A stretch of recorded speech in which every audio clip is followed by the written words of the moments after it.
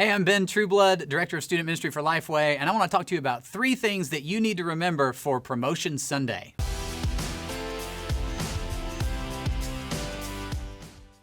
So Promotion Sunday is a common term in the church. It may be new to you, but it is the Sunday in student ministry, usually in the fall when all of the new grades move up to their new classes. So a 7th grader is now officially an 8th grader in terms of your small groups. That is a really important day known as Promotion Sunday. Now, 3 things that we need to keep in mind specifically in this moment, because this is going to be a Promotion Sunday or starting new groups Sunday or whatever you call it in your church, unlike any other that we've ever had. And there's some uniqueness that we need to remember as we get ready to launch in the middle of this COVID-19 season, as we start to return to the church and as schools begin again. And there is some excitement about heading towards those things, church starting back, school starting back. But I want you to remember 3 things that will help you start this season in student ministry really well. And the first one is your new leaders. All right, so you have students getting ready to move up into their new groups, and you probably have some new leaders. Now, let me pause really quickly and say, I want to recognize how difficult it has been to recruit leaders during this time. And those of you that have stayed faithful to that, grind, I think is the right term here, that have stayed faithful to recruiting and finding new leaders, well done. And now you have them, and they are going to start leading a group where maybe not all of their students start attending from the beginning. So specifically with your new leaders, here's what I want you to remember. Make a personal connection to them. And by the way, if you don't have new leaders and all of your ones from last year have stayed with you, these things still work in your environment. Make a personal connection with each one of those leaders. Make sure that they're prepared and ready for whatever happens on those days whenever you're starting. So for me, in our church, at the time of this filming, that's 2 Sundays away. And so our leaders need a personal connection from our student pastors at our church, just filling them in on, hey, here's what that first Sunday is going to look like. Because maybe their groups are going to be a little different. Maybe they have less people. Maybe their first kind of action to take is not on that Sunday, but making sure that they connect with students the week before to know who's going to be there and who's not. All right, so personal connection. Walk through the details of the day with them. Here's where you show up.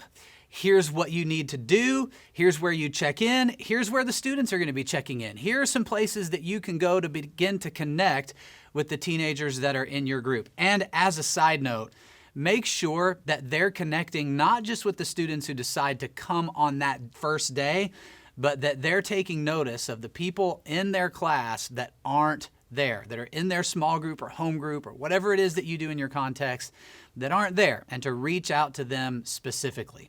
Lastly, as a part of this personal connection, I want to encourage you to give some relational tips to them. Now, these relational tips need to both include what happens in the group and how to begin building a relationship from scratch there, as well as in an online environment, if that's the direction that your church is going at this moment too. And as I mentioned a moment before, we cannot forget about the students who aren't there yet that are a part of our ministries.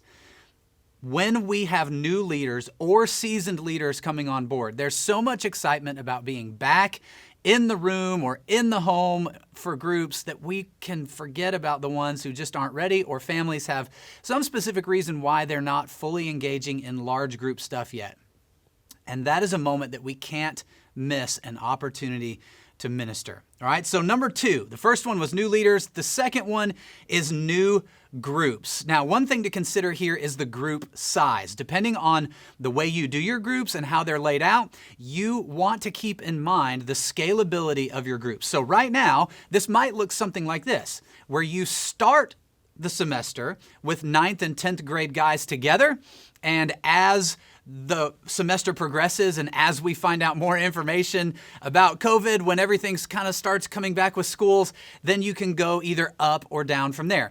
I can't be too prescriptive on this because there's such a wide range of churches that are involved in watching and considering groups. But I can give you the advice to pay attention to your group size and make it something that you can grow into. Because here's what we hope is that winter and spring, there will be more people involved than when you start in the fall. Now, all that's contingent on everything that happens over the next several months, but make sure whatever structure you begin with, you can grow from there, which means you have to have the leaders to do that, okay? Now, the other thing that I would mention is curriculum. Okay, so you want to have a curriculum in this moment specifically that is available both print and digitally, because you're probably going to have some hybrid things going on. And if for some reason, we hope not, but if we have to take a step back and reinstitute a lot more social distancing policies and even no large group gatherings and things like that, you want to be ready for that. So here at LifeWay Students, our curriculum in the Gospel Project, Explore the Bible, and Bible Studies for Life are all available in print and digital, as well as each one of those have something we call the Daily Discipleship Guide. That's something you can put in your students' hands that include devotions every single day that provide kind of the groundwork for them to walk into the moment of the lesson and have kind of a baseline there, but it also is a great conversation starter for your leaders to talk about their time in God's Word throughout the week. So make sure you're considering your curriculum as well. Make sure it's adaptable, make sure it's flexible for the environments that you need. So new leaders, new groups, and number 3, love and community. All right, the reason why we do small groups is so that every student can find their place, and so that every student is exposed to biblical teaching through relationships.